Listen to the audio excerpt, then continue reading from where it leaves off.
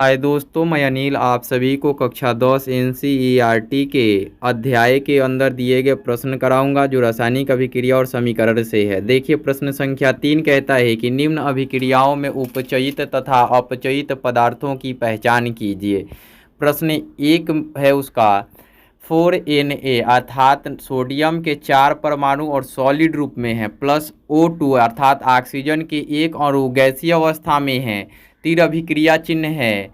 Na2O sodium oxide बनाता है जिसके 2 अणु बनते हैं और ये सॉलिड रूप में बनते हैं। दूसरे में दिया है कॉपर ऑक्साइड सॉलिड है CuO plus H2 hydrogen gas के एक अणु है, 2 परमाणु है और ये गैसीय अवस्था में। तीर अभिक्रिया चिन्ह Cu सॉलिड है प्लस H2O लिक्विड बन रहा है।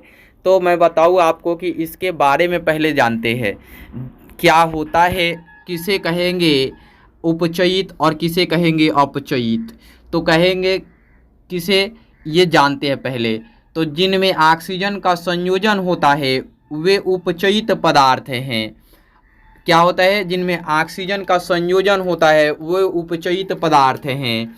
जिनमें हाइड्रोजन का वियोजन होता है वे उपचयित पदार्थ हैं, जिससे हाइड्रोजन अलग होता है ना। ये दो याद रखेंगे, ऑक्सीजन का संयोग और हाइड्रोजन का वियोग, ये उपचयित होते हैं। अगला पॉइंट याद रखेंगे, जिनमें ऑक्सीजन का वियोजन होता है वे अपचयित हैं और जिनमें हाइड्रोजन का संयोजन होता है वे अपचयित हैं। हाइड्रोजन का वियोजन तो उपचयित, हाइड्रोजन का संयोजन तो अपचयित, ऑक्सीजन का संयोजन तो उपचयित, ऑक्सीजन का वियोजन तो अपचयित।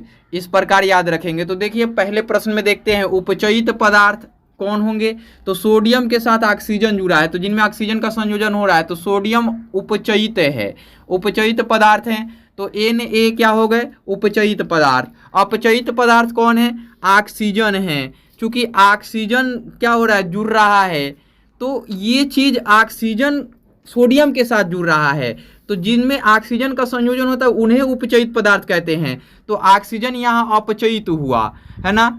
अगला दूसरा है CuO से ऑक्सीजन अलग हुआ है और हाइड्रोजन के साथ ऑक्सीजन जुड़ा है, तो हाइड्रोजन उपचयित पदार्थ है और CuO क्या है? अपचयित पदार्थ है। ये याद रख लेंगे। इस प्रकार से ये दोनों प्रश्न बन गए।